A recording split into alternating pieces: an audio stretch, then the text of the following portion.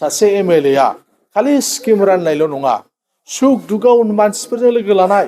दाख्लै हमनानै लांजादों मानसिफोर जेलाव नायदां धुब्रियाव बे एमएलए नि खामानि सोरबा लांजादों गुवाहाटियाव नायदां मानसिफोरना केस दं बिसोरखौ आं सहाय खालामगासिनो दं दाख्लै सासे मानसिया बे अफ्रि होननाया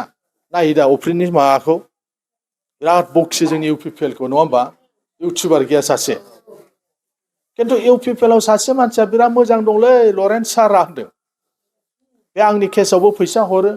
एनडिबि नि केसफ्रावबो फैसा हरमारो आं माने आं बास बिसार खालामा बिसोरबो आन्दलन खालामदोंमोनथ' बैयाव दं साराय होननाय हबावहाय जर्दानपुरनि फाग्ला फाग्ला होनलाबायो आंनाव थांगासिनो बेना केसआ डिमापुराव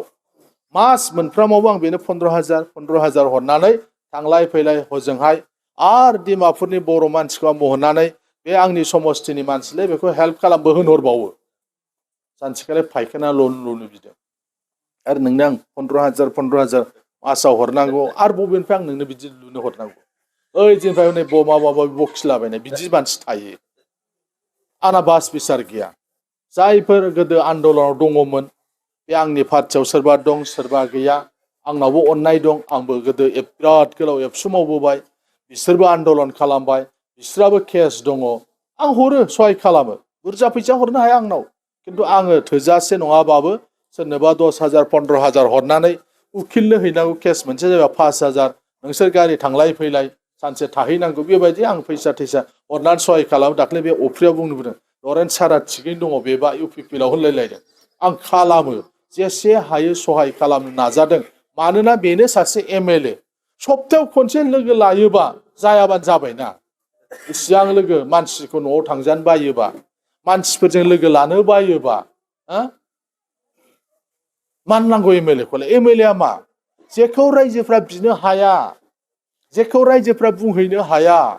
जेखौ रायजोफ्रा मोनहासवा बे रायजोनि जानानै बुंग्रायासो एमएलए नंगौना नङा नोंसोर लागोयाव दालां नांगौ नोंसोर बिराद दरखास्त हैबाय डिसिनाव बबेबा अफिसारनाव खबरानो लायाखै एमएलए होनबासो मोनगोन ना दालाय मोनबाय नङा होमबा बेबायदि पाटगाव हायार सेकेन्डारि जाबाय स्कुल नांगौलै बिल्डिं दालाय बिल्डिं लुगासिनो दं हाथानसै जाहारबारियाव लुगासिनो दङ बिसमुरियाव लुगासिनो दं आं फरायनाय गौराङाव लुगासिनो दं सालाकाथिया गोदान हाबाय बिसोरनोबो गंसे हरदां बेबायदि मेला स्कुलफ्रा जागासिनो दङ जेरावबो हस्टेल जागासिनो दङ स्कुलाव धरती आवा ग्राम उत्कर्ष अभियान होननानै सेन्ट्रेलनिफ्राय एसटि फोर थानाय जायगायाव हस्टेल हरो दा आंनि समस्थियाव 7टा स्कुलाव हस्टेल जागासिनो दं हौवासाफोर थाग्रा 50 जन हिनजावसाफोर थाग्रा 50 जन बिदि 7टा स्कुलाव जागासिनो दं मेला खामानि आं बुंजोबनानै समय नस्थ' खालाम गोसो गैया जोंहा जों नै बारग' गावबुरा दानि गावबुराया मोजाङै बुंलांबाय सारा जों लागोयाव हेल्प खालामबाय गंसे बिनायाव गंनै दालां मोनबाय आं ओंखायनो सानदों